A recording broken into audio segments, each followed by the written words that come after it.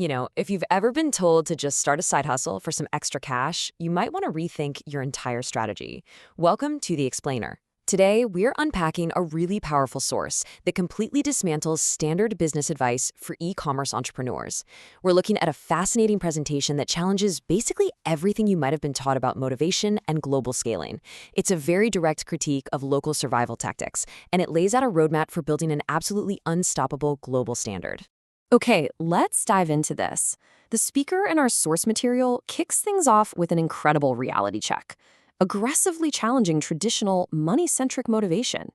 He argues that motivational speakers who tie your entire worth to your bank account, the ones telling you you're literally nothing without money, are a cancer to real growth. Instead of just chasing quick cash, the source suggests that if you focus on the right standards, the money will naturally follow. Here's a quick roadmap for today's explainer. 1. The shopkeeper mentality. 2. The global trust deficit. 3. Consumer psychology explained. And 4. The ultimate business standard. Starting with Section 1, the shopkeeper mentality. Surviving versus thriving.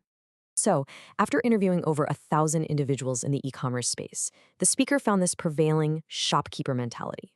These are folks whose primary goals are simply supporting their family or maybe running a side business just to achieve basic financial independence. Contrast that with what he calls the global mentality.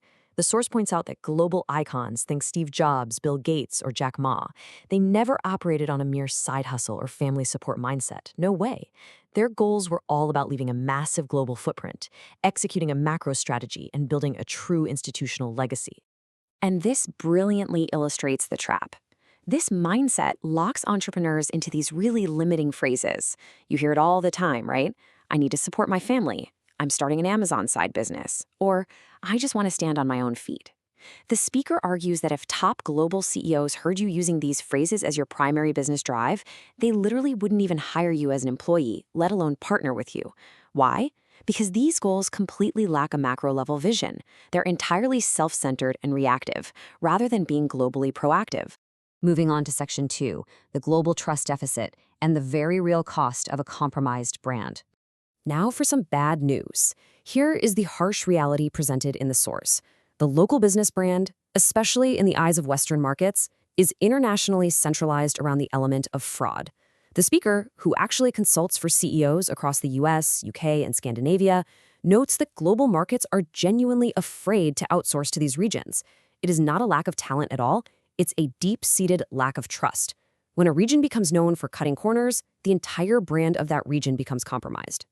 Let's move to and see how this builds a massive disconnect between local survival tactics and global corporate demands. Just look at the breakdown. Where the local perception values fast income and pure survival, the global CEO demands an institutional legacy. Where the local ethical standard is super flexible, often justified by that classic excuse that everyone else is doing it, the global demand is absolute credibility.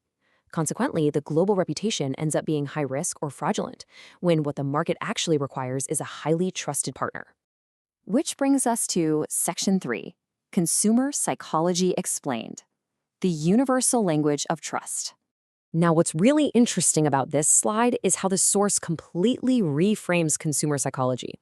It's defined here not just as some marketing metric used to manipulate buying habits. Instead, the speaker describes it as an innate, universal human demand, an absolute core need for truth and ethical standards. Regardless of whether a consumer is in the US, China, or Brazil, their fundamental psychology demands honesty. The speaker argues that these ethical standards completely transcend borders, cultures, and beliefs. But to satisfy this universal demand, you can't just talk about ethics. You actually have to operationalize them. Strict, uncompromising codes of conduct have to be explicitly hardwired into human resources, sales, customer service, and the supply chain. Every single touchpoint of the business must reflect absolute credibility. It's really not enough for just the CEO to be honest. The entire system has to be structurally incapable of fraud. And finally, Section 4, the ultimate business standard. Ethics as your ultimate advantage. The speaker actually grounds this standard in a religious principle, stating, "A believer can be anything, but cannot be a fraud." He uses this as the ultimate uncompromising business baseline, arguing that this core principle should govern every single corporate transaction. By embedding this pure standard right into the DNA of a company, a business owner signals to the global market that their operation is fundamentally risk-free when it comes to trust. So the crucial point is this: how many people are actually out there doing this? Well, the number is shockingly low, just 15. The speaker notes that despite the immense power of this ethical approach, he's only found about 10 to 15 people in recent years who genuinely use this pure ethical standard as the core of their business brand. The vast majority are still stuck in that self-centered, shopkeeper mentality we discussed earlier, completely missing out on this massive strategic advantage. So, for you as an entrepreneur, the actionable strategy really boils down to 3 clear steps. First, drop the local survival-driven shopkeeper mindset. Second, implement uncompromising, pure ethical standards across all of your departments. And third, let organic word of mouth build unstoppable credibility for you, because in the global marketplace, your standard of business is primary. Your actual product is secondary. People will buy from you simply because your standards are incredibly high. Which leaves us with a final, provocative question straight from the source. Will you build a shop for today or a global standard for tomorrow?